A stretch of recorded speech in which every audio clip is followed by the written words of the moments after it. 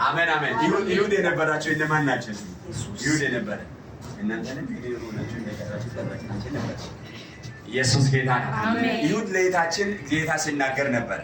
ስለዚህ አሁን እንደው ሌላውን እኔ ልተውሷ ትናገር። አንቺ ተመርምረሻል። የተመረመርሽው ግን ውጤቱ ጥሩ አይደለም።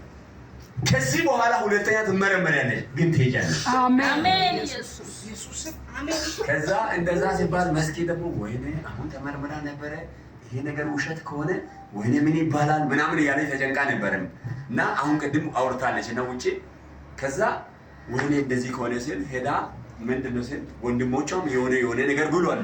ግን እግዚአብሔር የተናገረው ብርቱ ነውና ብርቱ ነገር አድርጓል። አሜን። እሺ የተናገረ ብርቱ ነው ብሎ የተናገረው ብሎ ያደርጓል።